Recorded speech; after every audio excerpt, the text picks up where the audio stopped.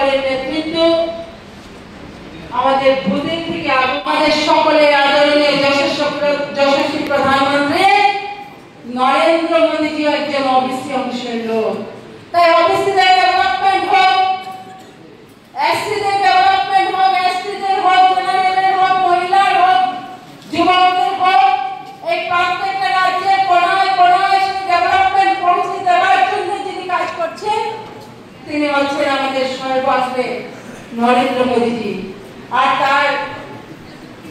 পরবর্তী সময়ে আমাদের পঞ্চায়েত, আমাদের জেলা পরিষদ, আমাদের পঞ্চায়েত সমিতি, নগর পঞ্চায়েত থেকে শুরু করে